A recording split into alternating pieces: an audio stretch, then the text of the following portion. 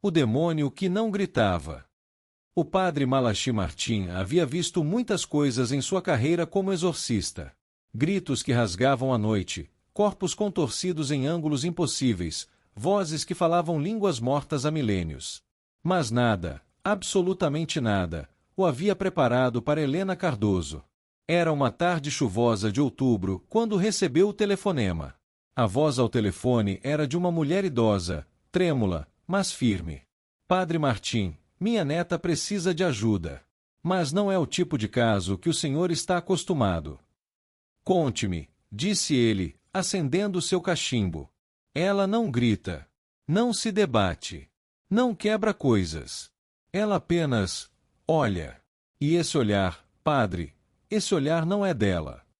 Malachi sentiu um arrepio percorrer sua espinha. Em 4 décadas de exorcismos, os casos mais difíceis sempre haviam sido os barulhentos, os violentos. Mas algo na voz daquela mulher o fez hesitar. A casa dos Cardoso ficava nos subúrbios de Connecticut, uma construção vitoriana que parecia ter visto dias melhores. A avó de Helena, Marta, o recebeu na porta. Seus olhos estavam fundos, marcados por noites sem dormir. Ela está no quarto, sussurrou Marta. Está lá há 3 semanas. Come quando eu levo comida. Bebe água. Mas não fala. Só observa. Observa o quê? A parede. A janela. A mim. Mas é como se estivesse olhando através de nós, padre. Para algo muito além. Malachi subiu as escadas rangentes, seu rosário nas mãos. Havia enfrentado demônios que prometiam destruição, que blasfemavam e ameaçavam. Mas algo nesse silêncio o inquietava de uma forma que nunca havia experimentado. A porta do quarto estava entreaberta. Helena estava sentada na cama, de pernas cruzadas, as mãos apoiadas sobre os joelhos. Uma jovem de 19 anos, cabelos castanhos, rosto pálido. Ela não se moveu quando ele entrou. Apenas seus olhos se deslocaram lentamente até encontrarem os dele. Então Malachi entendeu o medo de Marta.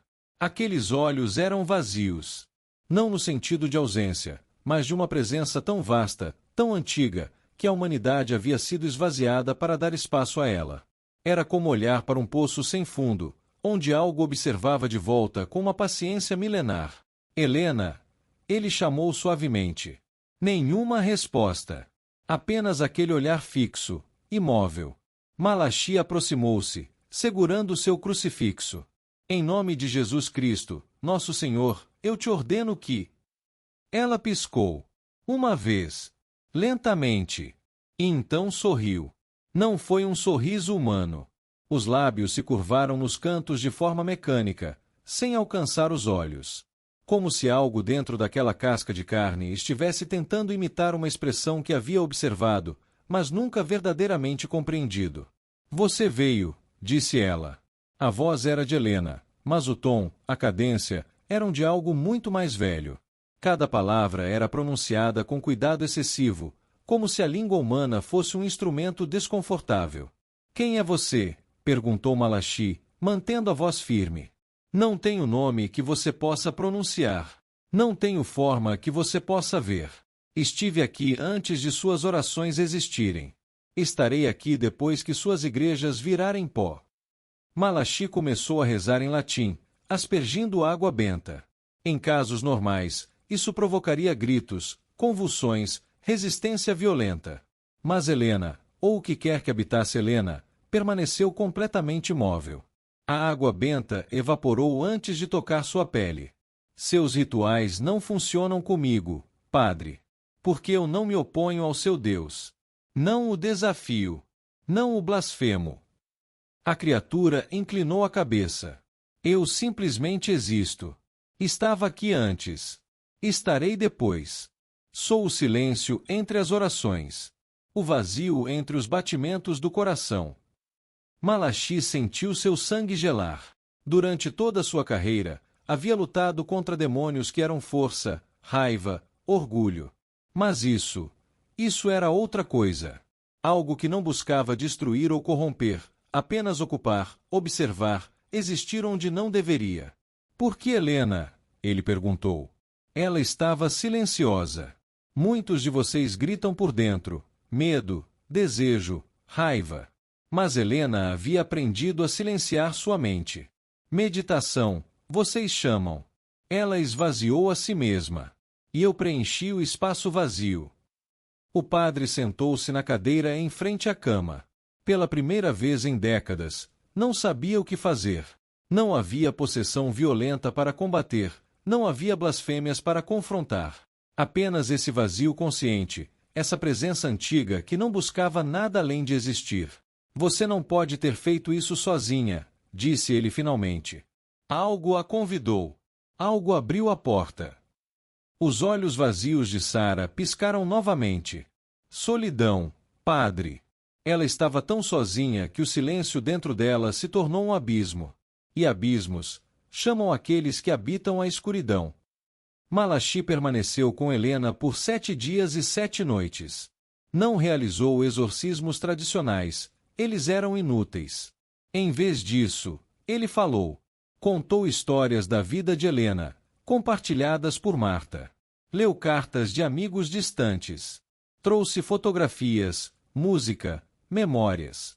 A criatura não reagiu, mas também não partiu.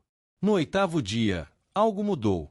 Helena, a verdadeira Helena, piscou. E por um breve momento, seus olhos não estavam mais vazios. Havia lágrimas. Ajude-me, ela sussurrou com sua própria voz, antes de desaparecer novamente no vazio. Malachi intensificou seus esforços. Não com orações de banimento, mas com orações de conexão. Trouxe a avó para ler em voz alta. Tocou música que Helena amava quando criança. Preencheu o silêncio não com gritos sagrados, mas com vida, memória, amor. Lentamente, tão lentamente que era quase imperceptível, a presença começou a recuar. Não foi expulsa. Não foi banida. Ela simplesmente retirou-se, como uma maré voltando ao oceano.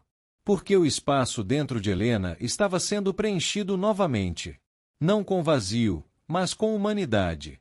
3 semanas depois, Helena acordou. Verdadeiramente acordou. Chorou nos braços de sua avó e não se lembrava de nada, apenas de um sonho longo onde flutuava em um vazio infinito, observando estrelas que nunca nasceram. Malachi Marty nunca falou publicamente sobre o caso Cardoso. Mas amigos próximos notaram uma mudança nele.